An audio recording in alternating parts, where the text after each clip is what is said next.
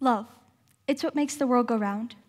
Every day, men and women get married, start families, and show compassion for one another. But what about those who love someone of the same gender? The LGBTQ+ community battles for their rights every single day, in Congress, courtrooms, on the streets, and in their own homes. They fight to be able to walk down the street holding the hand of the person they love, to be referred to with the proper pronouns, and for their love to be recognized as real. Under the administration of our current president, this community has been one of the minority groups to suffer greatly. In January, the president removed all content on LGBT civil rights from the White House website. In February, he revoked protections for transgender students on their use of restrooms in public schools. In March, he rescinded protections for LGBT workers against discrimination in hiring and employment. In April, he finally showed some support and dropped a federal law over North Carolina's statewide prohibition on LGBT equality.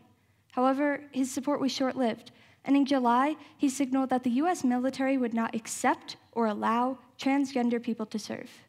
I'm now happy to say that that policy has been deemed unconstitutional and will no longer go into place in 2018.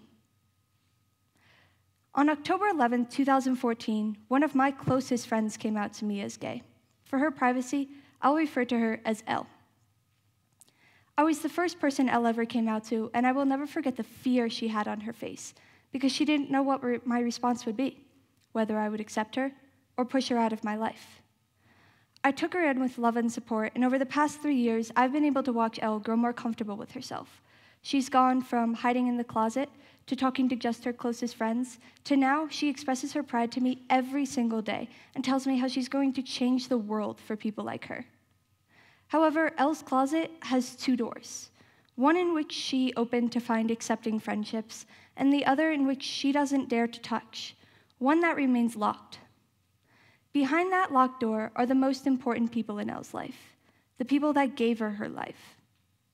The LGBTQ+ community is not talked about in a positive way in her house, and therefore she's forced to stay quiet and keep that door locked.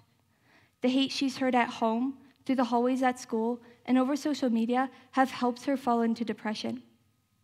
Elle frequently comes to me with tears rushing down her face, telling me she will never be able to love who she wants, saying she's not worthy of love, and saying that she's a disgrace.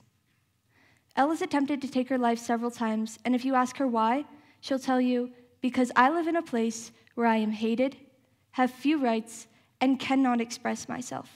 So tell me why. Why should I stay here in a place where I am not loved, for whom my heart was born loving? This is not the way people should go through life.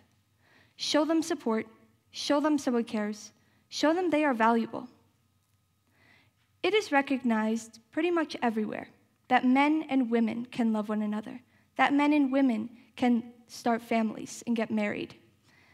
However, the idea of 2 men or 2 women doing the same exact thing still scares people. But why? What have these people ever done to you? Have they hated you for loving? Have they shamed you for expressing your gender? Have they tried to convert you? No.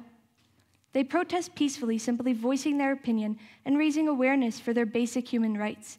Yet they get responses of hate speech, threats, loss of employment, and in some cases, they are killed for love, killed for wanting the right to love.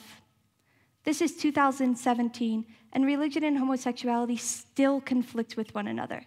Yet people are born gay, and we are taught religion. Nobody is born knowing what the Bible, the Torah, or any other holy book says, so I encourage you to please do not use religion as an excuse to hate people. 4 in 10 LGBT youth say they live in a place that is not accepting of them. That's 40%. 92% of youth in this array say they hear negative messages about being LGBT, mainly through school, social media, and even their peers.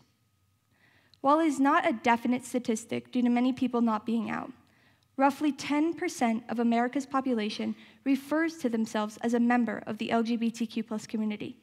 That's every 1 in 10 people. These people are also more likely to attempt and/or commit suicide, not only because of the hate they directly receive, but also what they hear around them. Being different shouldn't make people targets. Being different is what makes us all beautiful, complex, and individual. Whether someone is gay, lesbian, transgender, bisexual, pansexual, asexual, the list can go on. Nobody deserves to be bullied or hated for who they love or the gender they identify as. So step up. Show support to your fellow humans. Educate yourself on the rights they do and do not have. Coming out can be hard, so be an ally. Respect a person's pronouns. Show them they are people too. Help them gain rights so they too can be with the ones that they love. Because in the end, equal rights for others does not mean fewer rights for you. This is a fight for basic human rights, and LGBTQ+ members and allies will not surrender. Because love is love and not about gender. This is love. Let people love.